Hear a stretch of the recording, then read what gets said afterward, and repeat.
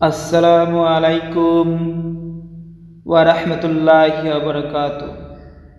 আলহামদুলিল্লাহ, সমস্ত প্রশংসা সেই মহান আল্লাহ তাআলার, যিনি আমাদের সুন্দরতম গঠনে সৃষ্টি করেছেন এবং সৃষ্টি জগতে সবচাইতে বেশি জ্ঞান দান করেছেন। আলহামদুলিল্লাহ। ইনশাআল্লাহ আমি কথা বলবো কিভাবে আপনি আপনার সৌন্দর্যকে ধরে রাখবেন। আপনি আপনার বয়সের সাথে সাথে যতই আপনার বয়স বৃদ্ধি পাবে, যতই আপনি সময় অতিবাহিত করবেন, ততই আপনি আপনার সৌন্দর্যকে ধরে রাখতে পারবেন।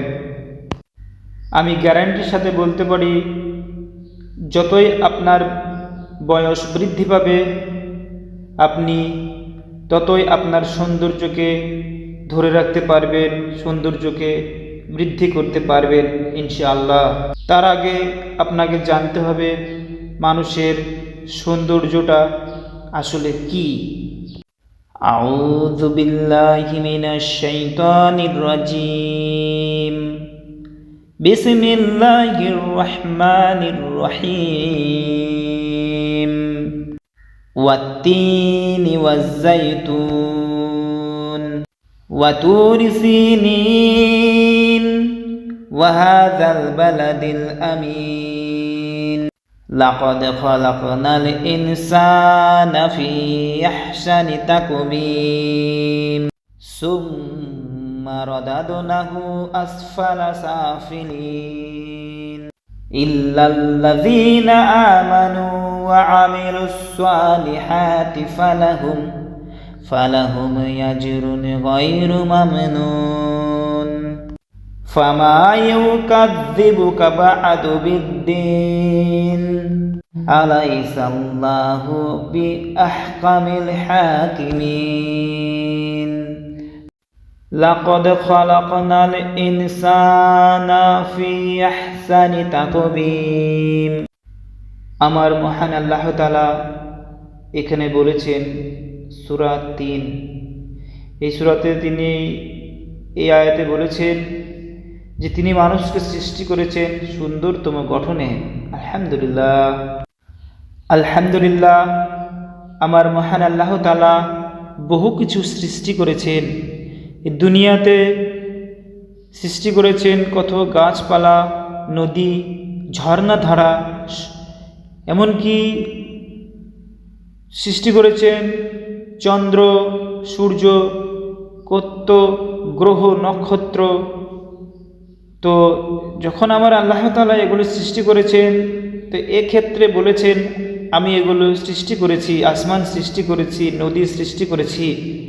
কিন্তু বন্ধু, যখন আমার আল্লাহ তাআলা মানুষ সৃষ্টি করেছেন, মানুষকে উদ্দেশ্য করে বলেছেন যে আমি সুন্দর রূপ দান করেছি, মানুষকে সুন্দরভাবে তৈরি করেছি এবং মানুষকে সৃষ্টি জগতের সবচাইতে জ্ঞানী বানিয়েছি। আলহামদুলিল্লাহ। এবার বলি, আপনি আপনার সৌন্দর্যকে কিভাবে ধরে রাখবেন। মানুষকে আমার মহান আল্লাহ তাআলা দু রকমভাবে সৌন্দর্য দান করেছেন, একটা বাহ্যিক, একটা আন্তরিক। বাহ্যিক হলো আপনার বাইরের রূপ এবং আন্তরিক দিক থেকে হলো আপনার অন্তরের যে সৌন্দর্য, আপনার যে আচার আচরণ, আপনার যে কথাবার্তা, আপনার যে ব্যবহার। আলহামদুলিল্লাহ, এটাই আপনার অন্তরের সৌন্দর্য। বয়সের সাথে সাথে আপনি আপনার বাইরের রূপ তো অবশ্যই ধরে রাখতে পারবেন না, কিন্তু আপনি চাইলে ইনশাআল্লাহ আপনার অন্তরের, আপনার ভিতরের সৌন্দর্যকে আপনি আপনার বয়সের সাথে সাথে ধরে রাখতে পারবেন। আলহামদুলিল্লাহ। আমরা সচরাচর মানুষের সুন্দর ব্যবহার, মানুষের সুন্দর আচার আচরণে আমরা বলে থাকি এই মানুষটা খুব সুন্দর, মানুষটা খুব ভালো। আপনি চাইলে আপনার সৌন্দর্যকে এভাবে ধরে রাখতে পারবেন এবং দিনের পর দিন আপনার সৌন্দর্যকে বৃদ্ধি করতে পারবেন জ্ঞান বুদ্ধি সম্পন্ন অবস্থায়।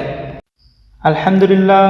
কোনো মানুষ বাইরের দিক থেকে, তার রূপের দিক থেকে, বাইরের রূপের দিক থেকে যতই খারাপ হোক না কেন, তার ভালো ব্যবহার, তার ভালো আচরণে আমরা তাদেরকে সুন্দর বলে থাকি এবং প্রতিটা মানুষ তাকে ভালোবাসে।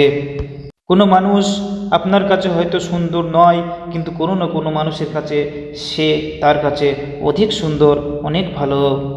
প্রাচীরের ছিদ্রে এক নাম গোত্রহীন, ফুটিয়াছে ছোট ফুল অতিশয় দিন। দিক দিক করে তারে কাননে সবাই, সূর্য উঠে বলে তারে ভালো আছো ভাই। আপনার কাছে হয়তো কোনো মানুষ খারাপ হতে পারে, কিন্তু সেই মানুষটি আবার অন্য কোনো মানুষের কাছে অনেক সুন্দর, অনেক ভালো। আলহামদুলিল্লাহ, প্রতিটা মানুষকে আমার মহান আল্লাহ তাআলা সুন্দরভাবে সৃষ্টি করেছেন এবং জ্ঞান বুদ্ধি সম্পন্ন দান করেছেন, জ্ঞান দান করেছেন।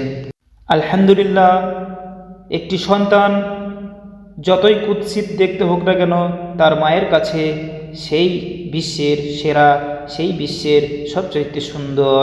আলহামদুলিল্লাহ, হয়তো আপনি যে নজর দিয়ে সেই সন্তানকে দেখছেন, কিন্তু তার মা যে নজরে দেখছেন সেই নজর শক্তি হয়তো আপনার মধ্যে নেই।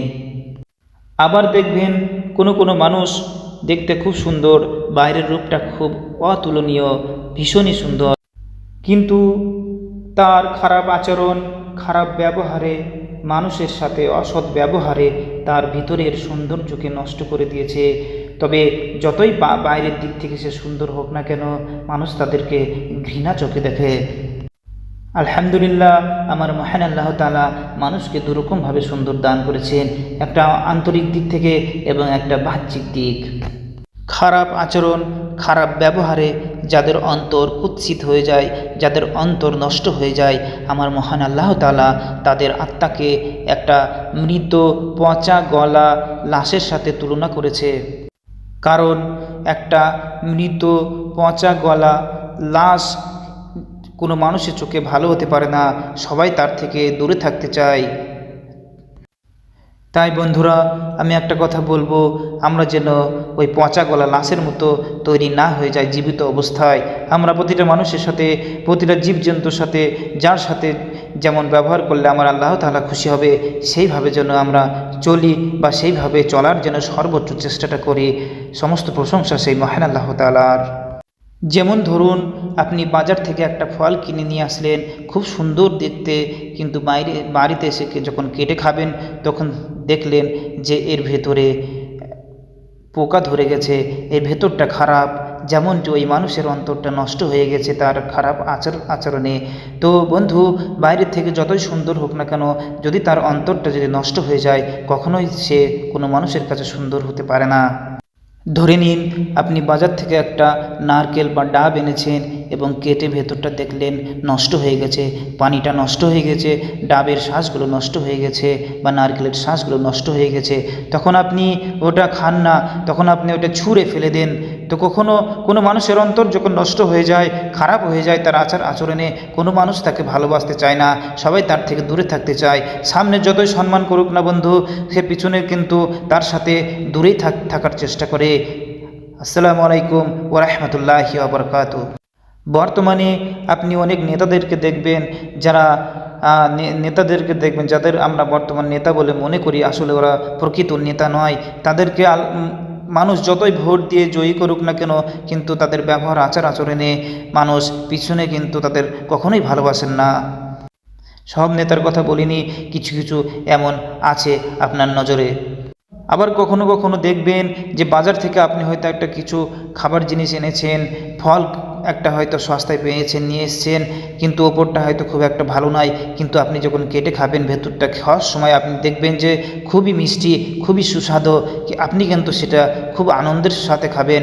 বাইরের দিক থেকে যতই খারাপ হোক না কেন, আলহামদুলিল্লাহ, ভেতরটা যখন সুন্দর হয়, ভেতরটা যখন তার অন্তরটা যখন ভালো হয়, মানুষের আচরণ যখন ভালো হয়, বাইরেটা যতই খারাপ হোক না কেন, মানুষ তাদেরকে ভালোবাসে, মানুষ তাদের বন্ধু হতে চায়, মানুষ তাদের সঙ্গে চলতে ভালোবাসে, তাদের সাথে মিশে থাকতে চায়।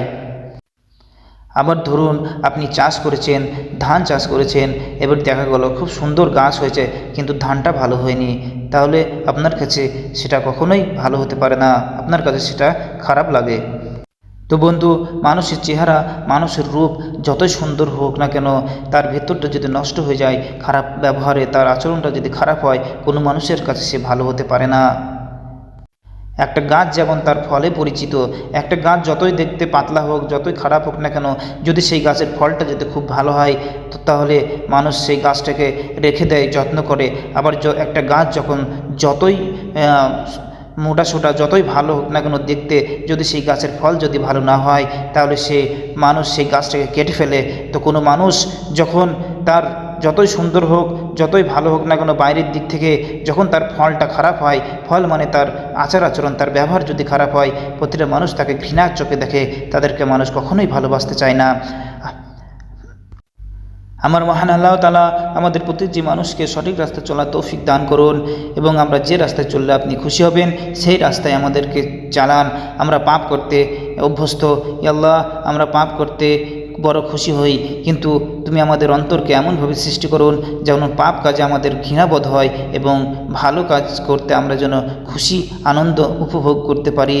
আলহামদুলিল্লাহ। এই মহান আল্লাহ তাআলা এবং আপনি আমাদের প্রত্যেকের অন্তরকে সুন্দরভাবে তৈরি করুন, প্রতিটা মানুষের সাথে যেন সৎ ও ভালো ব্যবহার করি। আর কথার মধ্যে অনেক হয়তো ভুল ত্রুটি হতে পারে, এগুলি আমার মহান আল্লাহ তাআলা আমাকে এবং আপনাকে ক্ষমা করুন। আমিন। আসসালামু আলাইকুম ওয়া রাহমাতুল্লাহি ওয়া বারাকাতুহু।